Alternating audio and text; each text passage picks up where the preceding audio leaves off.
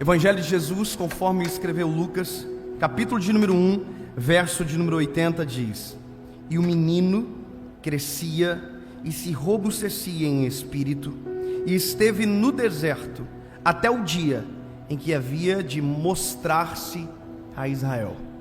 Sabe, isso é claramente alguém que Deus tem um propósito extraordinário, respeitando o tempo, para que na hora certa aconteça, e que para que na hora que acontecer, verdadeiramente seja eficaz, verdadeiro, genuíno. Então veja, isso é a prova que Deus não pula as fases, que Deus respeita o nosso tempo, que Deus respeita a nossa forma, que Deus respeita nossas capacidades, até porque Deus nunca vai nos exigir algo que Ele não nos deu. Deus sempre vai nos cobrar dentro daquilo que está em nós. Veja, isso é a forma de Deus agir. Mas qual é o problema? O problema nisso tudo é a gente. Porque enquanto Deus respeita as nossas fases, nós não respeitamos muitas das vezes a nossa fase. Nós não respeitamos o tempo, sabe por quê? Porque nós queremos acelerar as coisas, nós queremos que seja rápido, nós queremos que seja na nossa hora, nós queremos que aconteça, e porque a gente quer que aconteça, ao invés da gente caminhar, a gente corre, ao invés da gente engatinhar, a gente quer andar, sendo que as fases, quando respeitadas, elas nos resguardam de fracassos, elas nos resguardam de histórias de fracasso, que às vezes seriam evitadas um minuto de espera, um minuto de tempo, de pausa. Então, no afã de querer fazer, no afã de querer acontecer, no afã de pensar que nós estamos com o controle, a gente acaba fazendo com que os acidentes de percurso aconteçam. E veja, eu tenho um filho, e sabe, ter um filho é uma das dádivas que Deus dá para o ser humano. A Bíblia vai dizer que os filhos são heranças do Senhor, e que são os nossos galardões, ou seja, a herança é do Senhor e o galardão é nosso. Como assim? É como se Deus desse um pedaço do céu na terra para a gente. Isso é a coisa mais absurda, é saber que Deus nos galardoa de maneira antecipada através de um filho na terra, é um pedaço do céu. Mas o que isso é relevante dentro desse contexto? Eu vou te contar. Ter filho também é um desafio para a gente que é pai. A gente começa a entrar em competições que não existem. Quais são? Por exemplo, andar. Todo pai que tem filho pergunta para o outro pai: o teu filho já andou? Aí você diz não. Aí ele vai dizer: o meu filho andou com 7 meses. Aí você fala: isso é um alienígena. O meu filho tem 11 meses e não andou ainda. Aí ele vai dizer: olha, você tem que incentivar o seu filho a andar. E aquilo é terrível, porque começa a entrar no coração da gente, e a gente começa a olhar para o filho e dizer: você tem que andar logo, cara, pelo amor de Deus, o mundo já andou, e você ainda está engatinhando. Porque parece, a impressão que a competição coloca na gente é que todo mundo já fez, só a gente que ainda não. Todo mundo já deu, só a gente que ainda não. E eu, por conta dessa competição imaginária, eu comecei a querer que o meu filho andasse. E aí eu comecei a fazer todas as tentativas possíveis.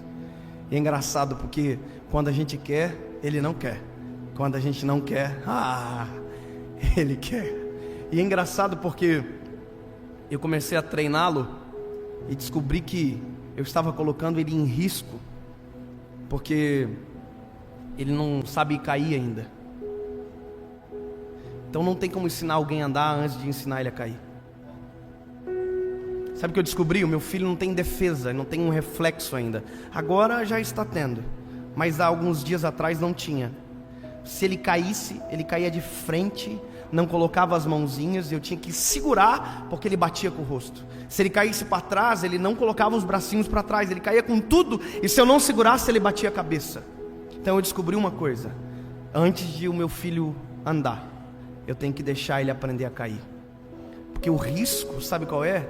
É que se eu forçar ele a andar e ele cair e machucar, ele desiste de andar. Porque uma queda sem treinamento é traumatizante. Deixa eu te dizer uma coisa: Deus nunca vai nos expor antes de nos treinar.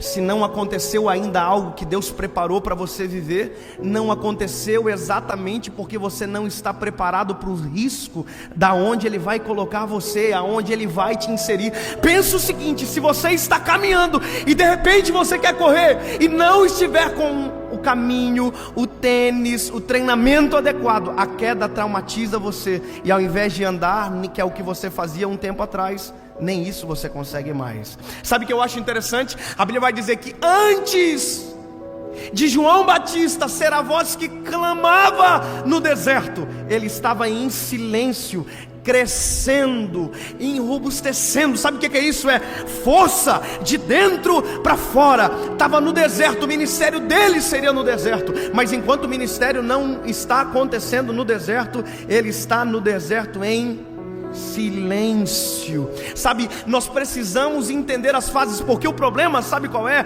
É que quando a gente cai, a gente diz: Deus é o culpado, Deus é o errado, e Deus não é o culpado. O culpado é você, que tentou andar antes de engatinhar, que tentou correr antes de andar, que tentou fazer antes de Deus deixar, que tentou sair antes de Deus liberar as portas para você. Deixa eu te dizer, enquanto Deus não dizer vem, não vai.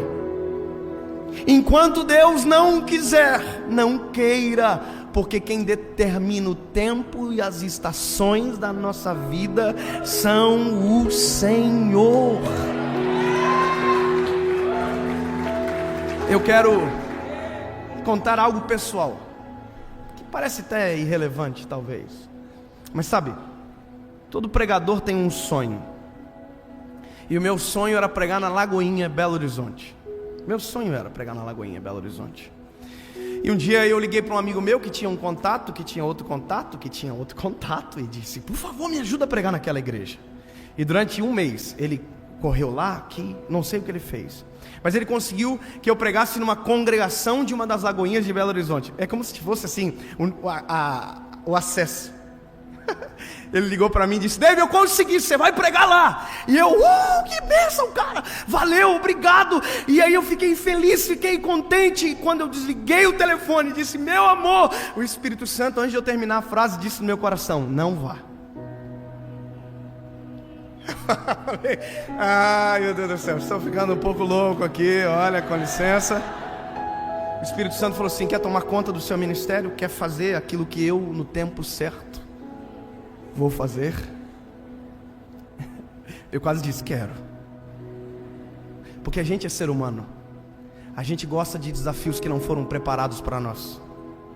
Mas se não foi preparado para nós, não corra uma corrida que não é sua, porque você só vai fazer para se machucar.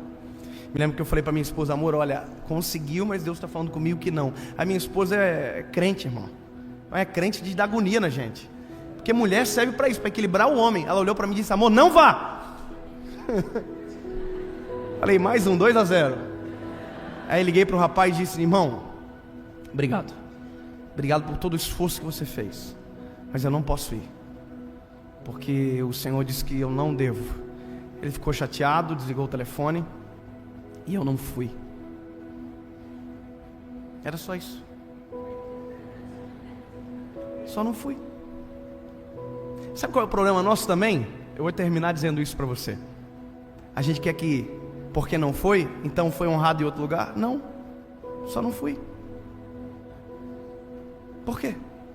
Tem que ter troca sempre? Às vezes Deus só quer que você fique quieto, Deus só quer que você espere. Deus não precisa te dar: se você não for, então eu vou dar isso aqui. Não. Deus às vezes, e quando eu digo às vezes é sempre, porque Deus é pontual na forma de fazer.